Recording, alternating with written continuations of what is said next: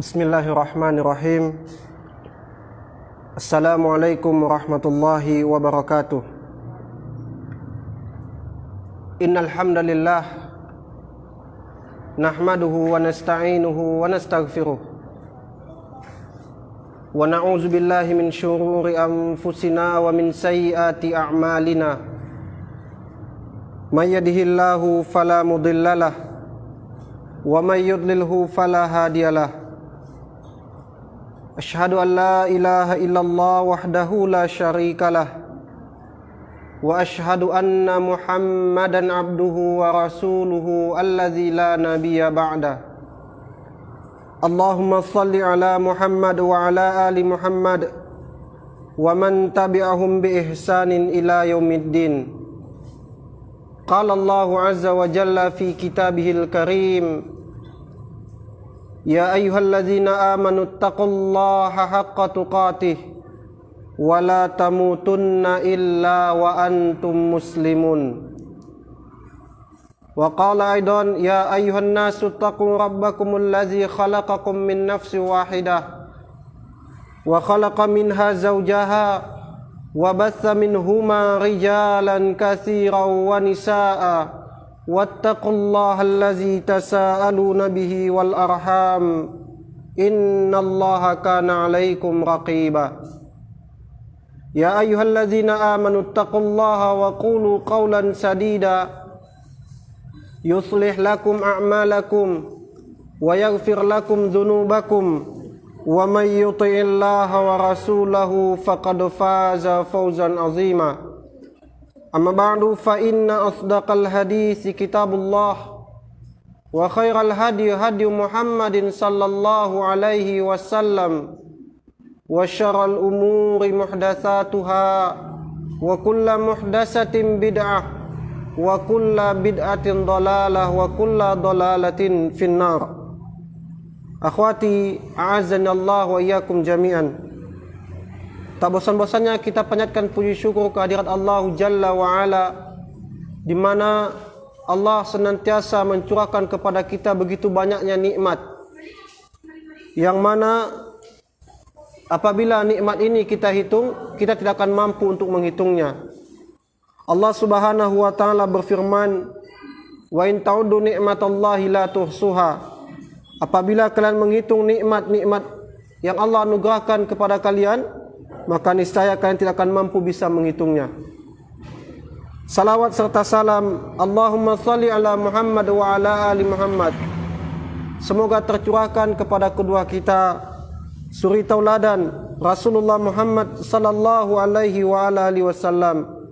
Kita berharap dengan amalan salawat ini yang mungkin terkadang dianggap sepele oleh kebanyakan orang, amalan yang hanya membutuhkan gerakan lisan semata, ianya tidak membutuhkan gerakan fisik tangan maupun kaki, akan tetapi dengan hati yang ikhlas dan mengharapkan keridhaan Allah Subhanahu wa taala, agar kiranya salawat kita ini disampaikan oleh Allah Subhanahu wa taala kepada Rasulullah Muhammad sallallahu alaihi wasallam, yang dengannya semoga Allah Subhanahu wa taala mempertemukan kita dengan Rasulullah Muhammad sallallahu alaihi wasallam di telaga Al-Kautsar yang dijanjikan kepada beliau, sebelum Allah Subhanahu wa taala mempertemukan kita bersama orang syuhada wasiddiqin, para anbiya wa rasul di dalam surganya. Amin Allahumma amin.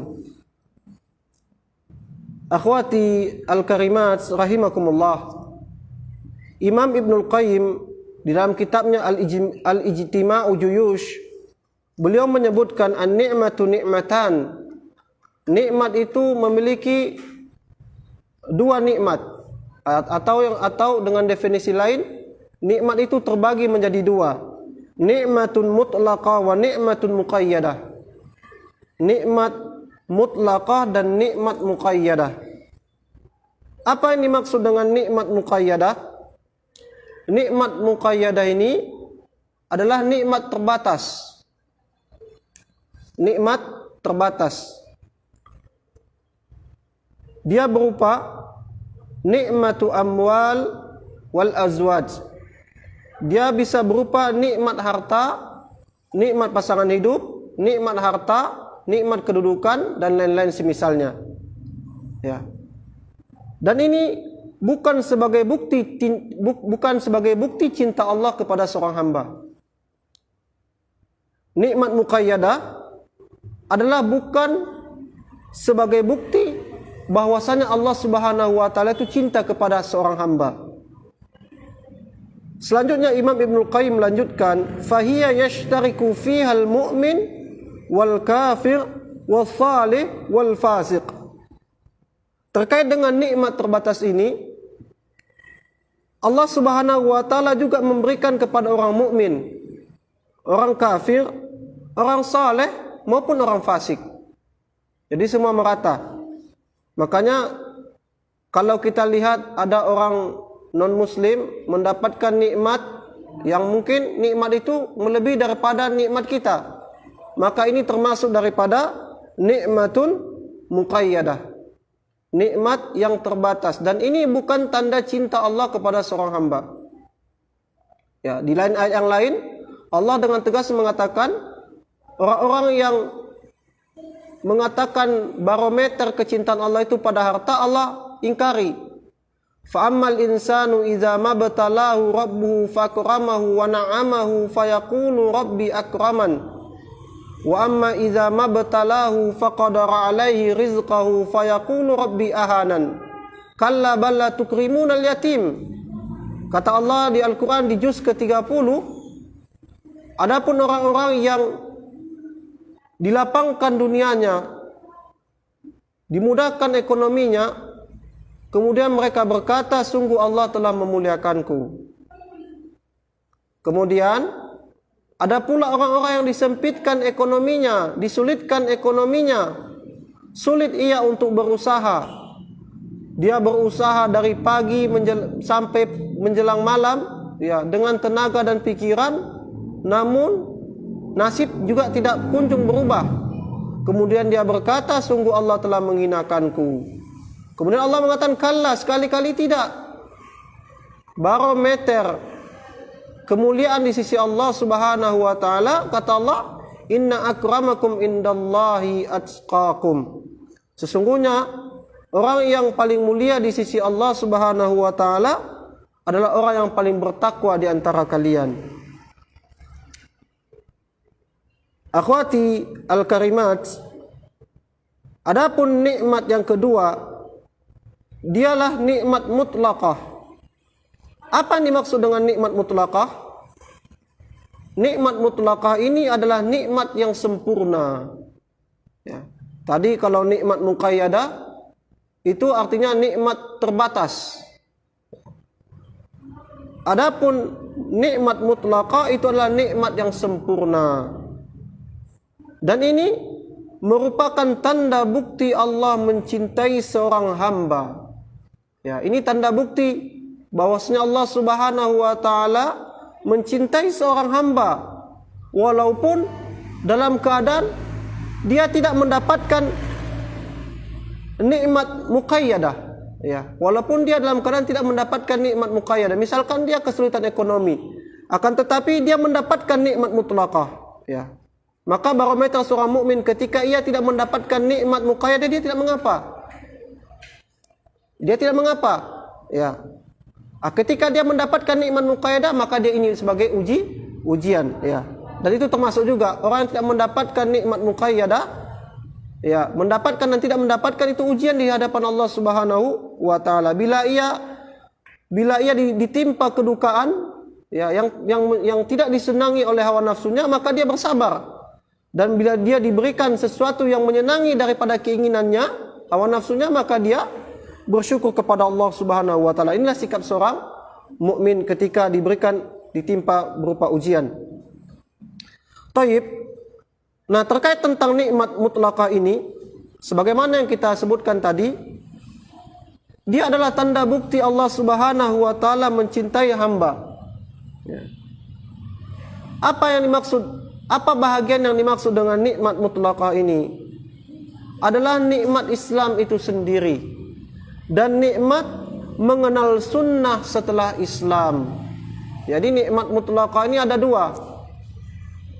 nikmat mutlaqah ini masuk kepada dua. Yang pertama adalah nikmat Islam. Innad dina indallahil Islam. Kata Allah Subhanahu wa taala, sesungguhnya agama yang diridhoi oleh Allah Azza wa Jalla itu adalah al-Islam. Di lain ayat yang lain Allah sebutkan, wa may yabtaghi ghairal Islam dina fala yuqbala minhu fahuwa fil akhirati minal khasirin. Barang siapa mencari agama selain Islam, maka tidak akan diterima daripadanya agama itu, dan kelak di akhirat dia termasuk orang-orang yang merugi. Maka Imam Ibnu Qayyim rahimahullah,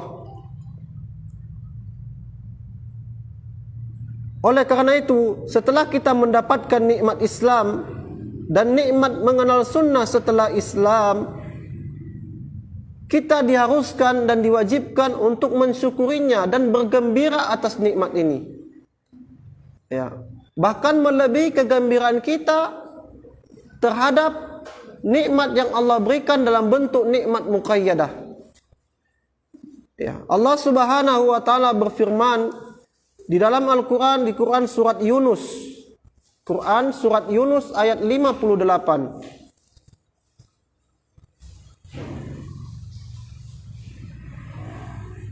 Imam Ibnu Qayyim menyebutkan di dalam kitabnya Ijtima'u Juyus, amarana bil farhi bihima fi qawlihi.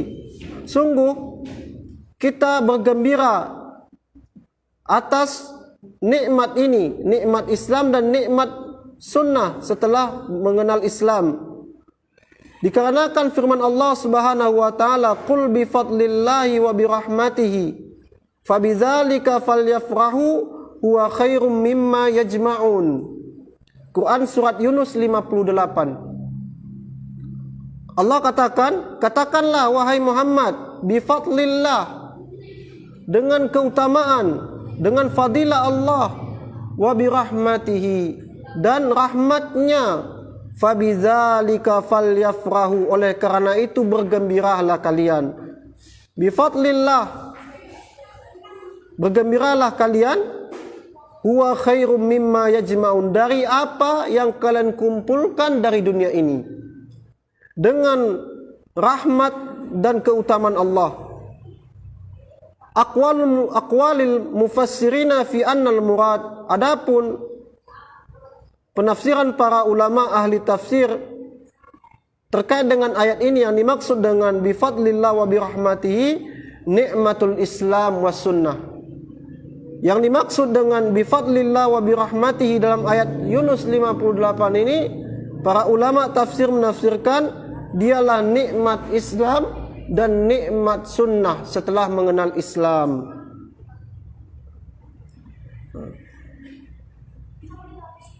Kemudian nikmat mutlaqah itu tidak dapat dinilai dengan dunia dan isinya. Tidak bisa dinilai. Bagaimana mungkin bisa dinilai sesuatu yang bersifat fana, sesuatu yang bersifat tidak abadi, menilai sesuatu yang tidak terbatas dan tidak berujung. Ya. Sesuatu yang di dunia itu berbatas, nikmat di dunia itu berbatas. Makanan yang masuk ke mulut, ya, itu kita rasakan kelezatannya tatkala telah melewati tenggorokan. Kalau sudah lewat dari tenggorokan, ya, keju atau spaghetti dan ubi singkong itu rasanya sama setelah melewati tenggorokan. Ya. Bagaimana mungkin sama rasanya? Antara nikmat dunia dengan nikmat akhirat itu berbeda. Nikmat agama maksudnya. Maka nikmat mutlaqah ini tidak dapat dinilai dengan dunia dan isinya. Tidak bisa dinilai. Maka dengan ayat ini, dengan ayat Quran surat Yunus 58 di atas, seorang mukmin mesti gembira dan bangga di atas nikmat ini. Ya, harus bangga, harus senang. Ya, jangan merasa malu. Ya, kita sudah hijrah. Ya, kita sudah berjalan di atas jalan para anbiya wa rasul dan para sahabatnya. Kemudian kita minder, kita malu. kita malu menampakkan keislaman kita. Kita malu di hadapan orang banyak, yang masih banyak dari mereka yang hanya sekedar berjilbab. Ya, tidak memfungsikan jilbab itu dengan semestinya. Ya. Banyak orang mengatakan bahwa jilbab itu hanya penutup kepala. Ya, tapi kalau kita yang sudah mengaji, kita paham betul bahwasanya jilbab atau hijab adalah menutup pandangan orang-orang ajnabi, orang-orang yang bukan mahram kita dari melihat aurat kita. Ya. Maka jangan merasa malu ketika kita memakai jilbab yang syar'i, ya. Bangga kita dengannya. Sebagaimana orang-orang fasad, orang-orang ahli maksiat, ya, tidak merasa malu menampakkan kemaksiatan, tidak merasa malu menampakkan amalan-amalan dosanya, ya. Orang yang memakai pakaian yang tidak syar'i, tidak menutup aurat, berjalan di pasar-pasar, ya, kita dapati, kita lihat, mereka merasa enteng saja, ya, tidak merasa beban. Lalu kenapa kita mesti malu, ya? Lalu kenapa kita mesti ragu? Lalu kenapa kita mesti minder di hadapan mereka, ya? Maka hilangkan perasaan-perasaan seperti ini. Hilangkan perasaan khawatir dilihat orang. Nampakkan, ya. Jangan waktu kajian kita menampakkan kita pakaian syar'i, menampakkan adab dan akhlak kita, tetapi di luar dari kajian kita tidak menampakkan itu. Maka kata Allah, falyafrahu, nampakkanlah, bergembiralah kalian, ya, dengan nikmat Islam dan nikmat sunnah setelah mengenal Islam. Kemudian Rasulullah SAW bersabda dari sahabat Abu Hurairah radhiyallahu anhu. Hadis ini diriwayatkan oleh Imam Muslim. Wallazi nafsi biyadihi, Rasulullah bersabda, demi jiwaku yang berada di tangannya, ma min yahudiyin wala nasraniyin yasma'u bi thumma la yu'min bi illa kana min ashabin nar. Nah, ini terkait dengan nikmat Islam, ya. Rasulullah sallallahu alaihi wasallam bersabda tentang kemuliaan Islam, tentang al-Islam itu adalah agama yang hak. Rasul katakan, demi jiwaku yang berada di tangannya, tidaklah dari orang-orang Yahudi wala Nasraniyin, dan tidak pula dari orang-orang Nasrani, yasma'u bi, mendengar tentangku, tentang Rasulullah sallallahu alaihi wasallam, thumma la yu'min, kemudian mereka tidak beriman. Mereka tidak mengimani Rasulullah, mereka tidak mengimani apa yang dibawa oleh Rasulullah. Mereka tidak mengimani, meyakini bahwasanya Muhammad sallallahu alaihi wasallam khataman nabiyyin. Kata Nabi sallallahu alaihi wasallam, illa kana min ashabin nar, kecuali mereka itu adalah dari orang-orang penduduk neraka Allah Subhanahu wa taala. Kemudian tentang kesempurnaan Islam, ayat yang sangat ma'ruf di tengah-tengah kita adalah ayat Al-Maidah ayat 3, di mana Allah menurunkan ayat ini pada haji wada, di hari Arafah, pada hari Jumat, ya. Ayat Al-Maidah ayat 3 itu Allah turunkan itu di haji wada. Di haji wada di hari Arafah. Ya, haji wada itu haji perpisahan, ya. Di hari Arafah dan tepatnya pada hari Jumat. Dan Umar bin Khattab meriwayatkan bahwasanya setelah 80 hari dari ayat ini turun, Rasulullah sallallahu alaihi wasallam juga wafat, ya. Maka Umar bin Khattab meriwayatkan tidaklah 80 hari setelah ayat ini turun, Al-Maidah ayat 3, Rasulullah sallallahu alaihi wasallam diwafatkan oleh Allah Subhanahu wa taala. Nah, itu ayat Al-Maidah ayat 3, ya. Al-yauma akmaltu lakum dinakum wa atmamtu alaikum ni'mati wa raditu lakumul Islam madina. Pada hari ini telah aku sempurnakan agamamu untukmu, telah aku cukupkan nikmatku untukmu, dan telah aku ridhoi Islam itu menjadi agamamu. Ulama tafsir berpendapat setelah ayat Al-Maidah ayat 3 ini turun, maka tidak ada lagi pembahasan halal haram. Ya, tidak ada lagi pembahasan halal haram. Sempurna Islam. Maka terkadang orang-orang yang melempar syubhat yang mengatakan bahwasanya ajaran ini tidak relevan lagi atau syariat ini tidak relevan lagi, tidak kondusif lagi di zaman ini, maka ini sebuah kekeliruan dan lancang terhadap syariat. Ya. Lancang terhadap hak Allah, ya, sebagai yang memberikan peraturan di dalam agama kita ini. Ya. Lantang dan lancang terhadap Rasulullah sallallahu alaihi wasallam. Orang yang meyakini bahwasanya agama tidak sempurna, sungguh ia telah melakukan dosa besar. Sungguh dia secara tidak langsung dia telah mengatakan khana Muhammad risalah.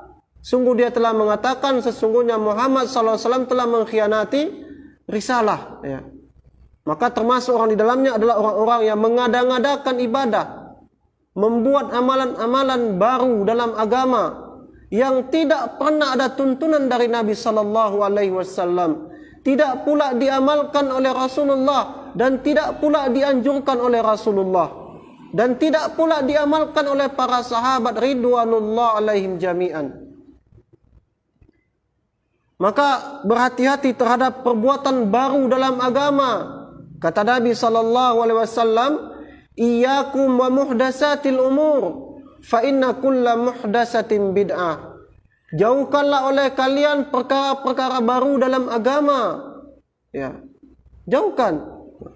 Maka jangan kita terkecoh dengan istilah yang tersebar di kalangan kaum muslimin dengan istilah yang penting baik. Nah, ini dia. Ustaz, enggak apa-apa Ustaz, yang penting baik. Ya, yang penting baik. Semua bersembunyi, berkedok di belakang kalimat yang penting baik. Kalau sekiranya kita mengedepankan kalimat yang penting baik, pertanyaannya lalu untuk apa Rasulullah sallallahu alaihi wasallam Allah utus ke permukaan bumi ini? Bukankah Rasulullah itu diutus untuk menyampaikan risalah Allah? Untuk menyampaikan risalah, untuk menjelaskan halal haram, untuk menjelaskan kepada kita mana yang boleh dilakukan, mana yang boleh tidak dilakukan, mana yang diperintahkan, mana yang dilarang. Nabi sallallahu alaihi wasallam juga bersabda, "Ma baqiya syai'un yuqarribukum ilal jannah wa yubaidukum minan nar illa wa qad buina lakum." Tidak tersisa sedikit pun dari kalian yang mendekatkan kalian kepada surga dan yang menjauhkan kalian dari neraka dan murka Allah illa wa qad buina lakum. Sesungguhnya telah dijelaskan kepada kalian dengan sejelas-jelasnya. Ya. Maka orang-orang yang mengada-ngada ibadah, membuat amalan-amalan baru dalam ibadah, sungguh secara tidak langsung dia telah menuduh bahwasanya Rasulullah telah mengkhianati risalah. Ya. Dan juga dia telah menuduh bahwasanya agama ini belum sempurna. Kita ketahui bersama bahwasanya kesempurnaan Islam ini telah Allah berikan legalisasi dalam bentuk firman Allah Quran surat Al-Maidah ayat 3 sebagaimana yang kita sebutkan di atas. Kemudian akhwati al-karimat, kita jangan pernah merasa aman, ya, akan mati dalam keadaan Islam, akan mati dalam keadaan di atas sunnah. Jangan pernah merasa aman, ya. Kita jangan pernah merasa saya Ustaz, insyaallah sudah ngaji Ustaz, insyaallah setiap kajian saya datang, baik secara online maupun offline Ustaz. Di rumah saya Ustaz, Masya Allah saya istiqamah Ustaz. Kita jangan pernah merasa aman bahwasanya kita akan tetap meninggal dalam keadaan beragama Islam. Telah banyak contoh-contoh terdahulu dari orang-orang terdahulu, dari peristiwa orang-orang saleh terdahulu. Disebutkan di zaman Nabi sallallahu alaihi wasallam, para sahabat berdecak kagum terhadap seorang yang ketika ia berperang dia tidak pernah berada di saf kecuali saf itu saf pertama. Artinya setiap dia berjihad dia berada di saf terdepan. Ya. Hatta para sahabat berdecak kagum terhadapnya. Ya. Menaruh simpatik kepadanya, ya. Tetapi apa kata Nabi sallallahu alaihi wasallam? Huwa min ashabun nar. Kata Nabi sallallahu alaihi wasallam, ketahuilah bahwasanya laki-laki itu adalah golongan dari penduduk neraka Allah. Maka seorang sahabat mengintai, ya, pada suatu peperangan, para sahabat, ya, seorang sahabat mengintai ini orang. Apa yang terjadi ketika terjadi peperangan di tengah-tengah kaum muslimin, antara kaum muslimin dan kafir? Orang ini berperang sehingga terkenalah padanya tombak dan panah atau senjata musuh, ya, yang membuat beliau ini, orang ini, ya, merintih kesakitan. Kemudian suatu ketika dia tidak lagi bisa menahan rasa sakitnya dan tidak sabar. Kemudian waqutilu nafsahu, dia bunuh dirinya. Dia ambil senjatanya, maka dia bunuhlah dirinya dengan senjatanya itu. Maka orang yang menyaksikan ini mendatangi Nabi sallallahu alaihi wasallam. Kemudian dia katakan, ini asyhadu an la ilaha illallah. Asyhadu an la ilaha illallah, kata sahabat ini. Aku bersaksi wahai Rasulullah bahwasanya engkau adalah utusan Allah. Ya. Kemudian Nabi SAW juga bersabda, innamal a'malu bi khawatimihi. Sesungguhnya amal itu dilihat daripada akhir darinya, akhir dari kehidupannya. Nah, oleh karena itu akhwati fillah, a'azzanallahu wa iyyakum jami'an, kita senantiasa meminta kepada Allah, jangan merasa aman kita. Orang-orang terdahulu saya bertemu dengan Nabi, ya, berperang bersama Nabi. Akan tetapi ada beberapa orang, walaupun ia hidup bersama dengan Nabi, sezaman dengan Nabi, akan tetapi dia tidak tercatat sebagai ashabul jannah. Tidak tercatat sebagai penduduk surga. Bahkan ia tercatat sebagai penduduk neraka Allah. Apalagi dengan kita, tidak bertemu dengan Nabi, ya kan? Guru kita bukan Nabi, guru kita pun tidak maksum, asatidz kita tidak maksum. Maka jangan pernah merasa aman dari ketakutan, dari apa? Dari makan mati dalam keadaan Islam, ya. Kita harus berdoa kepada Allah, minta kepada Allah petunjuk, ya. Agar apa? Agar Allah tidak membolak-balikkan hati kita, agar Allah memberikan keistiqomahan kepada kita, ya, keistiqomahan, menetapkan hati kita di atas ketaatan, ya, di atas tunduknya kita terhadap Allah Subhanahu wa taala. Hatta Nabiullah Ibrahim alaihi salam, Abul Anbiya, Nabiullah Ibrahim, ya, dikenal dengan kunyah beliau Abul Anbiya, bapaknya para nabi dan rasul. Beliau, kita ketahui bersama bahwasanya beliau adalah orang yang menghancurkan berhala pada saat itu.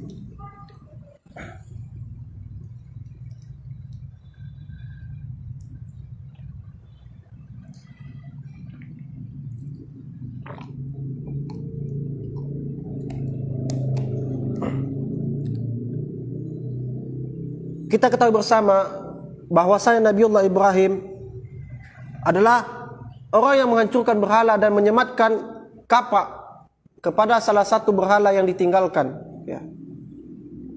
Sekelas Nabiullah Ibrahim saja beliau takut, ya, beliau takut, padahal beliau yang menghancurkan ini berhala, takut jatuh ke dalam perbuatan syirik, ya.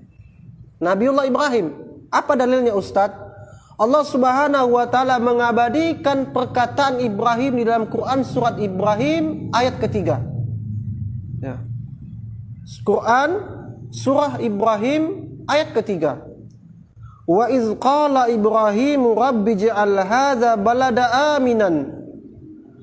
Kata Allah Subhanahu wa taala, dan ketika Ibrahim berkata, ya Rabb, jadikan negeri Mekah ini negeri yang aman.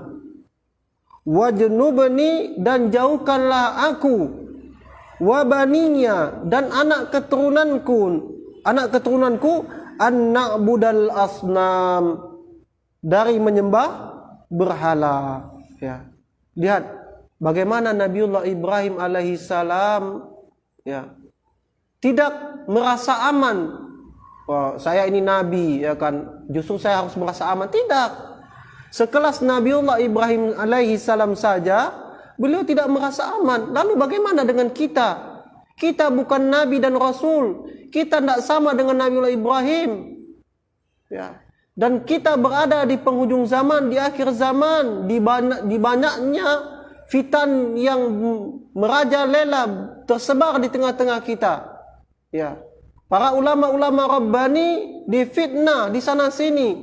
Para dai-dai sunnah yang menegakkan qala Allah wa qala Rasul ala fahmi salaf dilabeli dengan label gelar-gelaran yang tidak senonoh. Dengan gelaran Wahabi. Ketika ditanya itu apa Wahabi, mereka tidak paham. Ya. Cuma pandai mengekor. Ya. Ketika ada ustaz menyampaikan hadis iftiraqatul ummah, hadis iftiraq, hadis perpecahan, ustaz jangan sampaikan pembahasan itu. Ya. Nanti umat tidak akan bersatu ustaz. Jaga ukhuwah ustaz. La haula wala quwata illa billah. Ya. Kalau tidak sekarang disampaikan kapan lagi? Ya. Dai tidak boleh menyembunyikan ilmu. Mesti kita menyampaikan yang hak itu hak, yang benar itu benar, yang salah itu salah. Ya. Kenapa mesti tersinggung kepada dai yang menyampaikan qala Allah wa qala Rasul? Kalau mau marah jangan marah kepada dai. Kalau tidak suka dengan penyampaian dai jangan salahkan dainya. Dai tidaklah menyampaikan itu melainkan dia menukil qala Allah wa qala Rasul. Dia menukil kalimat firman Allah dan hadis-hadis Nabi sallallahu alaihi wasallam. Maka alangkah meruginya orang-orang yang mengedepankan akal dan hawa nafsunya, kemudian menyerang, menghasut para orang-orang awam untuk memusuhi dakwah-dakwah Ahlus Sunnah wal Jamaah, untuk memusuhi para dai. Ya. Maka kecelakaan besar kepada orang-orang seperti ini. Ya. Kerjaannya cuma memanas-manasi umat, memanas-manasi mad'u, memanas-manasi jamaah. Jangan dengarkan kajian fulan ekstrim. Jangan dengarkan kajian ustaz fulan, sedikit-sedikit bid'ah, sedikit-sedikit syirik. Wallahi, di dalam kajian kita tidak kita dapati kita mengatakan fulan itu sesat kecuali ada nas dari Al-Quran dan hadis ya, menyatakan bahwasanya fulan itu sesat dan boleh kita sebutkan namanya. Semisal Abu Lahab laknatullah alaihi. Ketika kita mengatakan sebuah amalan itu bid'ah, tidak memvonis seseorang itu sebagai pelaku, tidak memvonis seseorang itu sebagai penduduk neraka. Bisa saja di akhir hayatnya beliau taubat. Ya. Dan tidak juga ketika kita mengatakan ini amalan bid'ah, maka orang itu akan masuk neraka. Tidak mesti. Ya, ini ancaman. Ancaman. Bisa saja dia meninggal dalam keadaan dia membawa tauhid. Ya. Man akhiri kalamihi la ilaha illallah, kata Nabi, dakhalal jannah. Barang siapa yang di akhir hayatnya dia mengucapkan kalimat tauhid la ilaha illallah, maka masuk surga. Maka orang-orang yang tidak senang dengan dakwah ini ya, menyerang ya, membunuh karakter para dai sunnah ya. Dan ini menjadi sunnatullah dari zaman dahulu, dan ini bukan cerita baru tapi cerita lama. Setiap para dai-dai Rabbani itu dimatikan karakternya. Syekhul Islam Ibn Taimiyah rahimahullah ya. Dan beliau ulama yang bermazhab Syafi'i ya, dibunuh karakternya. Bahkan beliau itu wafat dalam keadaan di penjara. Bahkan beliau difitnah Wahabi. Masya Allah, orang yang tidak paham dengan Wahabi, mereka tidak tahu sejarah. Bukankah Syekhul Islam ya, Muhammad bin Abdul Wahab itu lahir setelah Ibn Taimiyah ya. Lalu bagaimana mungkin Ibn Taimiyah digelari dengan istilah Wahabi ya. Maka orang-orang ketika ditanya apa itu Wahabi, kadang mereka tidak tahu. Yang penting ekstrim, la haula wala quwata illa billah. Maka alhamdulillah segala puji syukur, alhamdulillah allazi bi ni'matihi tatimmus shalihat. Segala puji syukur yang Allah meletakkan kita, menganugerahkan kepada kita nikmat sunnah setelah Islam, yang tidak semua orang bisa merasakan nikmat ini. Dan kita berharap kepada Allah agar orang-orang yang belum mendapatkan hidayah ini, agar orang-orang yang masih memiliki penyakit di hatinya agar Allah sembuhkan hatinya dari noda-noda hitam sehingga kebenaran menyinari hatinya dan dia merasakan kenikmatan beragama di atas sunnah sebagaimana yang kita rasakan sekarang ini. Amin. Allahumma amin. Maka kembali kepada pembahasan. Maka jangan pernah merasa aman akan matinya kita dalam keadaan beragama Islam. Syekh Muhammad An-Najdi At-Tamimi dalam kitabnya, beliau mengatakan terkait dengan Quran surat Ibrahim ayat 3 ini, beliau mengatakan faman yu'minu al-bala ba'da Ibrahim. Maka adakah yang merasa aman dari Nabiullah Ibrahim? Terkait ayat ini, Syekh Muhammad An-Najdi mengatakan, maka adakah yang merasa aman akan mati dalam keadaan Islam sementara Nabiullah Ibrahim aja merasa was-was, takut dia, dan dia memohon kepada Allah agar tidak termasuk orang-orang yang mensekutukan Allah Subhanahu wa taala dalam peribadahan. Kemudian kita lanjut di antara pokok-pokok besar yang membuat keistiqomahan itu bisa luluh lantak adalah terkait dengan tema kita, adalah syubhat yang menyambar-nyambar. Syubhat yang menyambar-nyambar. Kenapa? Sahabat Ali bin Abi Thalib radhiyallahu anhu, beliau pernah berkata, ubtulina bid-dharra fasabarna wa btulina bisyarra falam nusbir. Kata beliau, kami diuji dengan kesulitan, itu kami sabar. Tetapi ketika kami diuji dengan kemudahan, kami tidak sabar. Sebagaimana yang kita kisahkan tadi atau pada pertemuan sebelumnya tentang Ubaidillah bin Jahash, ini sering-sering kita ulangi agar ini membekas di dalam ingatan kita tentang Ubaidillah bin Jahash. Siapa beliau? Beliau adalah mantan suami daripada Ummu Habibah Ramlah binti Abi Sufyan, Ummul Mukminin, istri suami beliau pertama, yang mana dahulunya beliau ditimpa ujian berupa ujian disiksa, dibuli, dicela, diazab beliau di kota Mekah pada saat itu, pada awal fase-fase awal dakwah. Beliau tidak keluar dari Islam. Kemudian ketika Allah berikan ujian berupa kemudahan, dibukakan pintu dunia baginya. Terbuka pintu maksiat besar di kota Habasyah pada saat itu, yang mana mayoritas umatnya menganut agama Nasara, karena yujalisul khammarin, dan beliau tidak memilah-milih tempat atau teman duduknya. Beliau duduk kepada sesama peminum tua, sehingga beliau futur, dan futurnya bukan sembarang futur, akan tetapi puncak futur, rattada fil Islam, keluar dari Islam, dan ini adalah puncak futur. Maka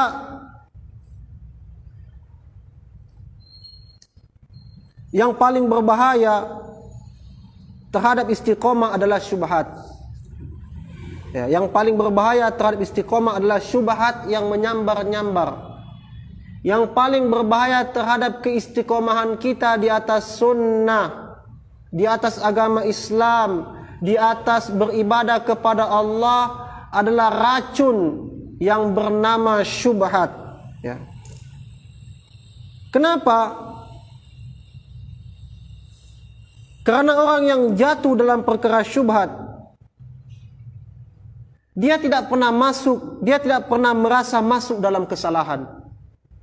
Orang yang jatuh dalam perkara syubhat, jatuh dalam perkara hal-hal baru dalam agama, dia tidak merasa dia telah melakukan dosa dan kesalahan. Kami ulangi, orang yang terkena syubhat, dia beramal dengan syubhatnya, dia beramal dengan amalan-amalan bid'ahnya, amalan yang tidak dicontohkan oleh Nabi sallallahu alaihi wasallam, dia tidak merasa dia telah bermaksiat. Ya. Dia bersembunyi di balik kalimat yang penting baik. Berbeda dengan pelaku maksiat. Ya, sekalipun ia tidak sholat, fitrahnya dia serahkan anaknya untuk ke TPQ. Ya, kita dapat itu. Kalau coba kita perhatikannya di TPQ banyak orang tua yang menjemput anaknya di TPQ. Nanti ayahnya itu pakai celana pendek, duduk di depan masjid, tidak sholat tapi dia tunggu anaknya. Kendati ia tidak sholat, dia tidak menginginkan anak keturunannya mengikuti jejaknya. Dia tahu bahwasanya meninggalkan sholat ada dosa. Akan tetapi fitrahnya mengatakan anaknya jangan seperti dirinya. Maka dosa jatuh kepada syubhat itu besar. Karena membuat pelakunya tidak merasa membuat kesalahan dan dosa. Maka iblis itu memiliki senjata untuk menyesatkan manusia, untuk menyesatkan Bani Adam, untuk menyesatkan orang-orang, ya, untuk memasukkan manusia ke dalam neraka Allah Subhanahu wa taala. Senjatanya itu adalah dengan syahwat dan syubhat. Senjata iblis itu bernama syahwat dan syubhat. Akan tetapi kendati iblis telah mengatakan beliau memiliki senjata yang bernama syahwat dan syubhat, Allah Subhanahu wa taala menerangkan senjata penangkalnya. Nah, ini Allah Subhanahu wa taala menyebutkan senjata penangkal dari syahwat dan syubhat. Apa itu? Sebagaimana firman Allah di dalam Al-Qur'an surat As-Sajdah. Ya. Surat As-Sajdah ayat 24. Waj'alna minhum a'immatan yahduna bi amrina lamma sabaru wa kanu bi ayatina yuqinun. Kata Allah Subhanahu wa taala, dan kami jadikan di antara mereka itu pemimpin atau a'immah, ya, orang-orang ahli agama yang memberikan petunjuk dengan perintah kami selama mereka sabar. Mereka meyakini ayat-ayat kami. Ya. Jadi obatnya adalah ilmu dan sabar. Ya. Petunjuk dari orang-orang yang memiliki ilmu, yang mengajak kepada sunnah ala fahmi salaf ummah, yang mengajak manusia di atas Al-Quran dan sunnah dengan pemahaman para sahabat. Harus dengan pemahaman sahabat, ikhwani akhwati fillah rahimakumullah. Berpegang di atas Al-Quran dan sunnah dengan pemahaman sahabat ridwanullah alaihim jami'an. Tidak boleh kita katakan berpegang di atas Al-Quran dan sunnah saja. Tidak boleh. Ya, tidak boleh. Karena kelompok sesat semua berkata mereka berpijak di atas Al-Quran dan sunnah. Akan tetapi mereka tidak memahami keduanya dengan pemahaman para sahabat ridwanullah alaihim jami'an. Maka dan yang dimaksud dengan wa kanu bi ayatina yuqinun, ayat-ayat kami, ayat-ayat itu ada dua, ayat syar'iyah dan ayat kauniyah. Ayat syar'iyah ini terbagi juga menjadi dua, yaitu Al-Qur'an dan hadis-hadis sahih dari Nabi Muhammad sallallahu alaihi wasallam. Kemudian Sufyan bin Uyainah rahimahullah menyebutkan kekokohan dalam beragama itu hanya bisa didapat dengan sabar dan ilmu. Fabis sabri wal ilmi wal yaqin tunalul iman tufid din. Kekokohan dalam beragama itu hanya bisa didapat dengan sabar dan ilmu. Nah, ini digaris bawahi.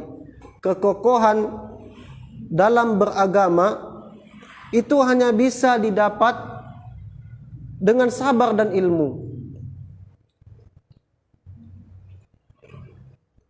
Maka seseorang ketika diuji dengan syahwat, ya, dia tidak butuh dengan ilmu. Ya. Kendati di otaknya ada hafal hadis Imam Bukhari dan Muslim. Kemudian di depannya ada pintu zina. Ya, pintu zina terbuka besar.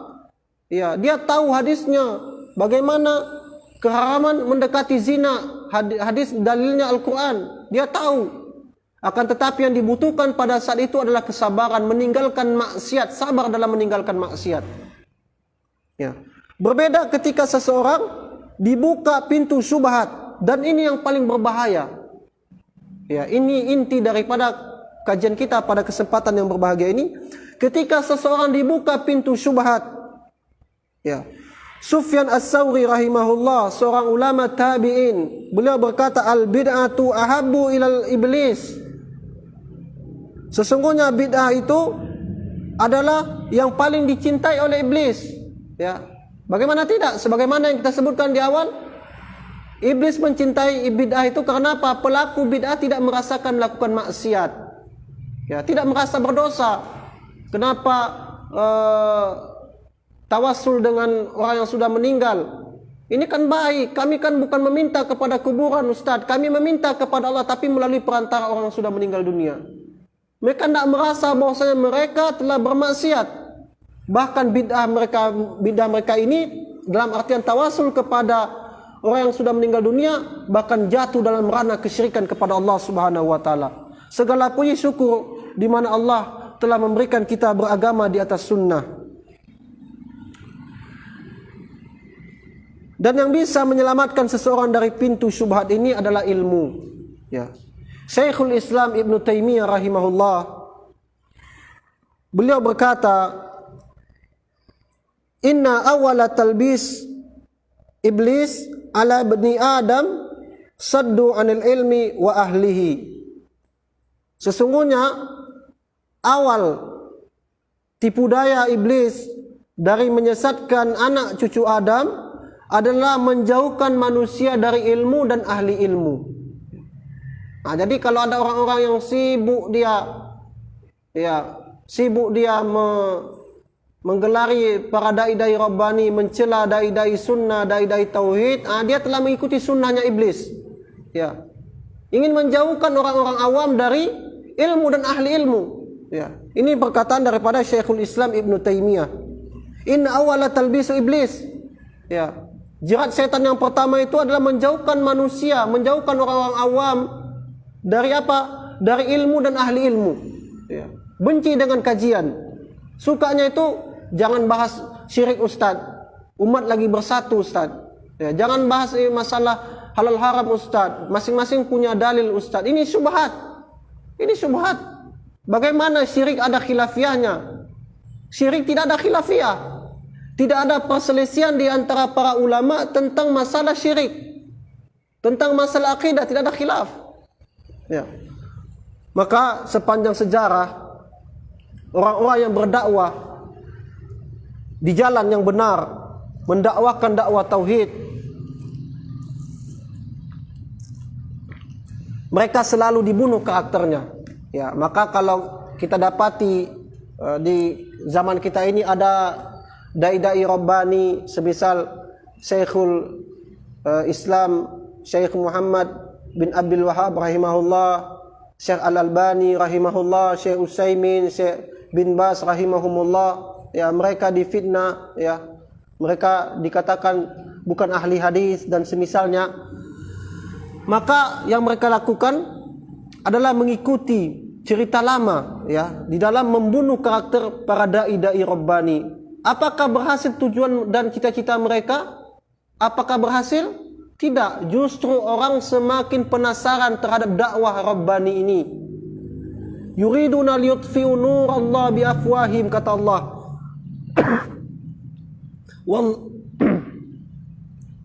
Wallahu mutimmu nurihi walau karihal kafirun. Mereka menginginkan cahaya Allah ini redup. Apakah terbukti? Apakah bisa? Tidak. Justru dengan fitnah mereka sana sini yang menjauhkan umat dari dai-dai Rabbani, membuat orang semakin penasaran sehingga mengenal agama ini, sehingga banyaklah kaum muslimin yang mengerti mana halal mana haram, mana hak mana batil. Ya. Maka belajarlah dengan rajin, ya, dengan ustadz-ustadz yang penyampaiannya selalu menyampaikan, menukil daripada firman Allah, qala Allah wa qala Rasul, dan mengutip daripada asar-asar para salafus saleh. Maka jangan terkecoh dengan syubhat. Ya, misalkan yang bernama Abdurrahman bin Muljam. Siapa ini Abdurrahman bin Muljam? Ini pembunuh Ali. Ya, beliau dibunuh di ba'da subuh ya. Beliau ini berjenggot. Beliau berjenggot, hafal hadis. Ya. Hafal hadis. Hidup di zaman Nabi, bertemu dengan Nabi. Celananya cingkrang, ya. Hafal Al-Qur'an. Ya, kalau kita juz 30, beliau ini hafal 30 juz. Ya. Tapi apa yang dilakukan beliau? Beliau terkena syubhat, ya. Beliau berkeyakinan bahwasanya dengan membunuh Ali bin Abi Thalib akan memasukkan beliau ke dalam surganya Allah Subhanahu wa taala. Maka ini perlu digarisbawahi akhwati fillah, azanallahu wa iyyakum jami'an. Sekiranya anti hidup di saat beliau dieksekusi, maka beliau bisa saja termakan daripada syubhat beliau. Syubhatnya Abdurrahman bin Muljam, ya. Bagaimana tidak? Ketika beliau dipotong tangannya, beliau masih mengucapkan subhanallah. Beliau tidak merasa sakit. Subhanallah. Coba bayangkan, dia merasa di atas kebenaran, dipotong tangannya, dipotong kakinya, dia mengatakan subhanallah, dia bertasbih kepada Allah. Dicongkel matanya, dia masih juga bertasbih. Ketika Al-Gojo memotong lidahnya Abdurrahman bin Muljam, maka dia baru berteriak. Nah, ini harus digarisbawahi. Apa kata beliau? Orang-orang mengatakan, kenapa baru sekarang engkau menjerit, tadi tidak menjerit? Katanya, aku takut ketika lidahku dipotong, aku tidak bisa lagi bertasbih kepada Allah Subhanahu wa taala. Lihat bagaimana syubhat. Ya, lihat bagaimana syubhat. Kalau antunna mengatakan kasihan kepada Abdurrahman bin Muljam, berarti antunna secara tidak langsung mengatakan Ali telah salah. Padahal Ali adalah Khulafaur Rasyidin. Ali adalah menantu Nabi. Ali adalah sepupu Nabi SAW. Lihat bagaimana syubhat. Sebagaimana juga yang dilakukan syubhatnya Khawarij di masa Utsman, berharap syurga dengan kematian Utsman, melakukan pemberontakan. Terbunuhnya Utsman di tangan Khawarij. Yang membunuh dia itu bukan tidak hafal Quran 30 juz. Tapi apa mereka lakukan? Mereka bunuh Utsman. Mereka berharap dengan membunuh Utsman, Allah Subhanahu wa taala memasukkan mereka dalam surga. Ini namanya subhat. Maka jauhkanlah ya dari hal-hal subhat, ya. Maka kita harus bersyukur kepada Allah, di mana Allah melembutkan hati-hati kita di atas sunnah setelah Allah memberikan kepada kita nikmat Islam, ya. Allah melembutkan hati kita setelah Allah memberikan kepada kita nikmat Islam. Maka terkait nikmat sunnah setelah mengenal Islam, seorang sahabat yang bernama Abu Musa al-Atsari rahimahullah, Abu Musa al-Atsari radhiyallahu an, beliau mengatakan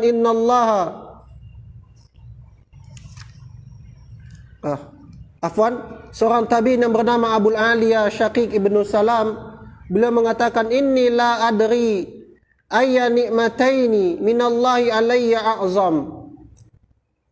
Sesungguhnya aku tidak tahu akan nikmat yang Allah anugerahkan kepadaku mana yang paling afdal. Apakah nikmat Islam atau nikmat sunnah setelah mengenal Islam? Saking bahwasa pentingnya nikmat Islam dan nikmat sunnah setelah mengenal Islam. Maka pada penghujung kajian kali ini, ya, kita berharap agar kiranya selalu istiqamah di atas ketaatan kepada Allah, dimudahkan urusan kita, kemudian selalu motivasi diri kita untuk hadir di kajian-kajian kita, ya, dan selalu menampakkan sebagaimana firman Allah tadi dalam Quran surat Yunus 58, menampakkan kegembiraan kita bahwasanya kita bangga telah mendapatkan nikmat di atas Islam dan nikmat sunnah ini. Mungkin itu saja pada kesempatan kali ini. Tanya jawab kita tiadakan dulu berhubung karena waktu masuk.